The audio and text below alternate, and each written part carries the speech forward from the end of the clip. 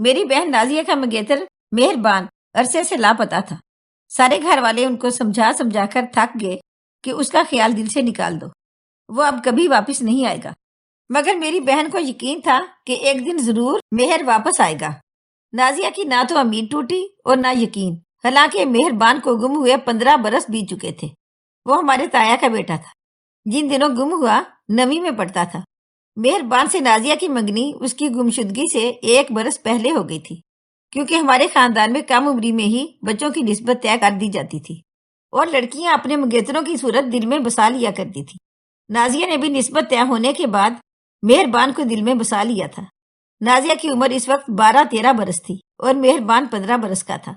مہربان کے اسکول میں لڑکے صفائی خود ہی کیا کرتے تھے۔ اس روز دوسرے لڑکوں کے ساتھ مہربان کی باری تھی۔ وہ صبح 6 بجے اسکول کے لیے گھر سے نکلا تھا، کیونکہ 7 بجے تک صفائی ختم کرنی ہوتی تھی۔ وہ پیدل جا رہا تھا کہ راستے میں اسے 3 آدمیوں نے گھیر کر اغوا کر لیا اور ویگن میں ڈال کر لے گئے۔ مہربان کی عادت تھی کہ وقت پر اسکول پہنچ جاتا تھا اور چھٹی نہیں کرتا تھا۔ جب وہ اسکول نہیں پہنچا تو ٹیچرز اور دونوں لڑکے جن کی باری تھی پریشان ہو گئے۔ ان لڑکوں میں ایک کا نام حسام تھا، جو رشتے میں ہماری پھوپھی کا بیٹا تھا۔ وہ بہت زیادہ فکر مند ہوا کہ آج مہربان کیوں نہیں آیا۔ خیال کیا شاید اس کی طبیعت خراب ہو گئی ہو۔ چھٹی کے بعد حسام میرے تایا کے گھر معلوم کرنے آیا کہ آج مہربان اسکول سے کیوں غیر حاضر ہوا ہے۔ حسام کی زبانی یہ بات سن کر تائی بھی پریشان ہو گئی، کیونکہ مہربان کہیں اور نہیں جاتا تھا بلکہ سیدھا گھر آ جاتا تھا۔ تمام دن اسکول سے غیر حاضر رہنے کا مطلب تو یہی تھا کہ اس کے ساتھ کوئی غیر معمولی حادثہ پیش آ چکا تھا۔ تائی نے فوراً حسام کو مہربان کے والد کو بلانے بھیجا۔ ماں تو ماں ہوتی ہے اور اس کے دل میں ہزاروں وصف سے جنم لینے لگے تھے۔ تائی کو قرار نہ آیا۔ ہمارا گھر ان کے مکان کے برابر میں تھا۔ وہ دوڑی ہوئی آئیں اور بتایا کہ مہربان گم ہو گیا ہے۔ یہ بات سن کر ہم سبھی پریشان ہو گئے، مگر نازیہ کی پریشانی دیدنی تھی۔ اس کا چہرہ ایسے ہو گیا جیسے کسی نے اس کا سارا خون نکال لیا ہو۔ سبھی اس کی تلاش میں سرگرداں ہو گئے، مگر اس کا کوئی سراغ نہیں ملا۔ تائی کا رو رو کر برا حال تھا۔ وہ شوہر کو کہتی تھی کہ تم کیسے پولیس انسپیکٹر ہو جو اپنے بیٹے کو تلاش نہیں کر سکتے۔ تایا خود حیران پریشان کہ کیا کرے۔ ہمارے گھر میں سب سکتے میں تھے، کھانے پینے کا ہوش نہ رہا تھا، لیکن نازیہ میری بہن بیچاری کی تو جیسے کسی نے سب خوشیاں ہی چھین لی تھیں۔ کمرے میں جاتی اور کونے میں منہ دے کر سسکیاں دینے لگتی تھی۔ میں اسے تسلی دیتی، رو مت، مہربان لالا جلدی آ جائے گا۔ مگر یہ تو بس جھوٹی تسلی کے 2 بول تھے۔ مگر مجھے کیا علم تھا کہ وہ کہاں ہے اور کب آئے گا بھی یا نہیں۔ وقت گزرتا رہا، دن ہفتوں میں اور ہفتے مہینوں میں بدلتے رہے، یہاں تک کہ مہربان کو گم ہوئے 12 سال گزر گئے۔ اس کے حال سے بے خبر رفتہ رفتہ ہمیں صبر آتا گیا، مگر اپنے والدین کی وہ اکلوتی اولاد تھا، تبھی تایا اور تائی کو صبر نہ آ سکا۔ ان کی تو زندگی اندھیر ہو چکی تھی۔ نازیہ کے رشتے آنے لگے۔ والدین چاہتے تھے کہ اس کے فرض سے سب دوش ہو جائیں تاکہ سب بچوں کے بارے میں سوچیں، مگر میری بہن شادی کا سن کر ہی پریشان ہو جاتی اور انکار کر دیتی، کہتی کہ میں اب شادی نہیں کروں گی۔ مجھے یقین ہے کہ مہربان زندہ ہے اور ضرور کبھی نہ کبھی آ جائے گا، پھر آپ لوگ اسے کیا جواب دو گے؟ نازیہ کے ذہن پر مہربان کی گمشدگی کے دن سے جو افسردگی چھائی تھی، اس کے اثرات ابھی تک جوں کے توں باقی تھے۔ وہ ایک پل کے لیے بھی اس کی یاد سے غافل نہ ہوئی تھی۔ اماں ابا دونوں ہی پریشان رہتے تھے کہ اس لڑکی کا کیا بنے گا۔ وقت گزرنے کے ساتھ ساتھ اس کی شادی کی عمر بھی نکل جائے گی، پھر رشتے آنے بند ہو جائیں گے۔ ایک بار ایک ڈاکٹر کے بیٹے کا رشتہ آیا، والدین نے اس سے پوچھے بغیر ہاں کر دی۔ میں نے بھی سمجھایا کہ دیکھو اپنی اور ہماری زندگیاں تباہ نہ کرو۔ اگر مہربان کو لوٹ کر آنا ہوتا تو اب تک لوٹ آیا ہوتا، ورنہ اپنی کوئی خیر خبر ہی بھجوا دیتا۔ لگتا ہے کہ وہ اب اس دنیا میں نہیں ہے۔ اب والدین کا مزید دل نہ دکھاؤ۔ غرض اسی طرح کہہ کر میں نے اسے خاموش رہنے پر مجبور کر دیا۔ جس دن اس کی ارباب گل سے منگنی تھی، وہ بہت اداس تھی، بہت مشکل سے ضبط کیے تھی۔ حسام آیا تو اس سے کہنے لگی، حسام بھائی میری مدد کرو، تم تو مہربان کے دوست ہو، تم ہی اس کا کچھ خیال کرو۔ جب وہ واپس آئے گا اور مجھے نہیں پائے گا تو تم سے بھی پوچھے گا کہ تم نے دوستی کا یہ کیسا حق ادا کیا، تم نے بھی نازیہ کی مدد نہیں کی۔ حسام ایک جذباتی لڑکا تھا اور اسے مہربان سے بہت محبت تھی۔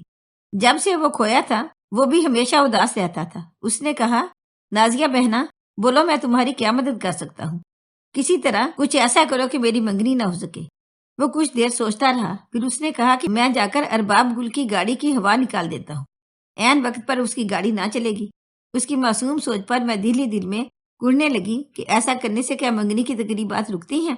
اس نے ایسا ہی کیا، گاڑی کے پہیوں سے ہوا نکال دی۔ گل ارباب اور اس کے ساتھ بیٹھے ہوئے لوگ اتر گئے اور سڑکوں کے کنارے کھڑے ہو گئے۔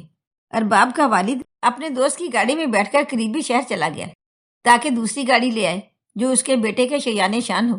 اسے شہر گئے چند ہی منٹ ہوئے تھے کہ جس جگہ گل ارباب اور اس کے ساتھی کھڑے تھے وہاں حادثہ ہو گیا اور ایک تیز رفتار ٹرک مخالف سمت میں آتی گاڑی سے ٹکرا گیا۔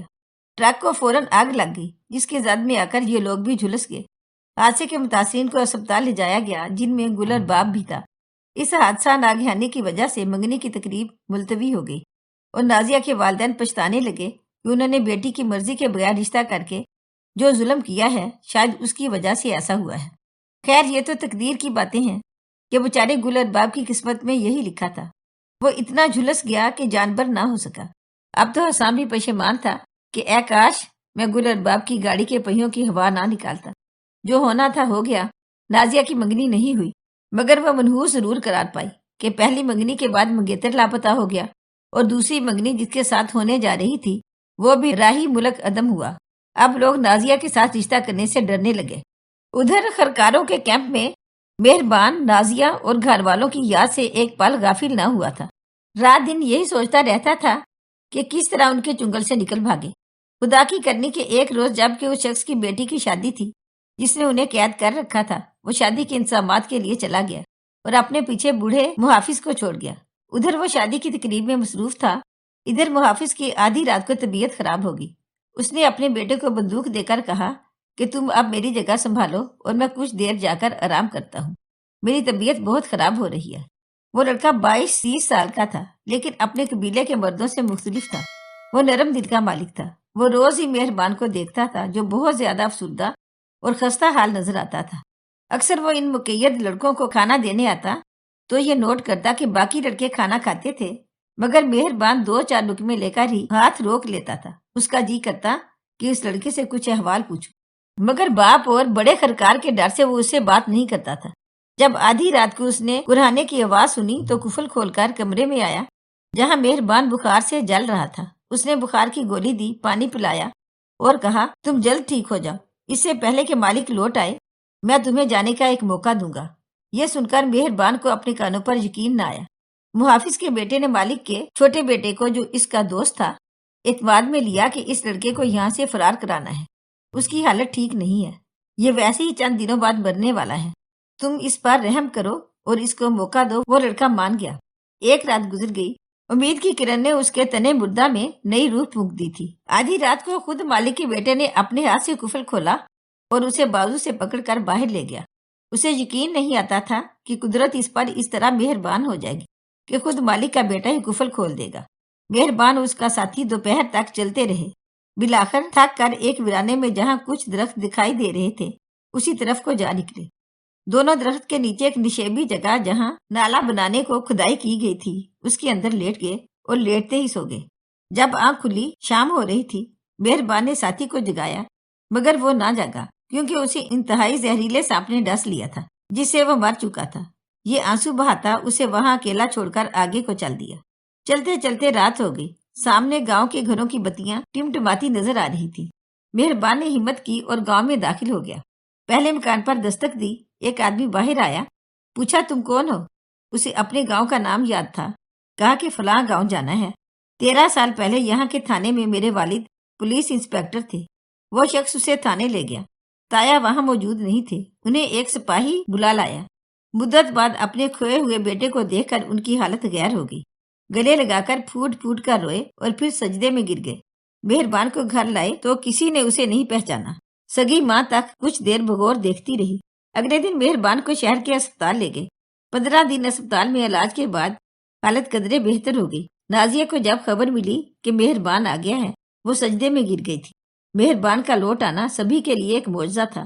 ایک اداس ماں کو قرار مل گیا تھا اور باپ کی ٹوٹی ہوئی کمر پھر سے سیدھی ہو گئی تھی۔ نازیہ کی زندگی میں بہار آ گئی تھی۔ ہم سبھی خوش تھے۔ وہ دن بھی آ گیا جب نازیہ میری بہن دلہن بن کر تایا کے گھر چلی گئی اور اپنے بچپن کے منگیتر کو دولہا کے روپ میں دیکھا۔ اسی کو کہتے ہیں اللہ پر بھروسہ۔ وہ اپنے بچوں کی بہت حفاظت کرتی ہے، انہیں اکیلے اسکول نہیں بھیجتی اور سب سے کہتی ہے کہ اپنے بچوں کی حفاظت سے ایک پل کے لیے بھی غافل مت ہونا۔ اگر آپ کو ہماری آج کی کہانی اچھی لگی ہو تو پلیز اسے لائک کریں، شیئر کریں اور مزید اچھی ویڈیو کے لیے ہمارے چینل کو سبسکرائب کریں۔ شکریہ۔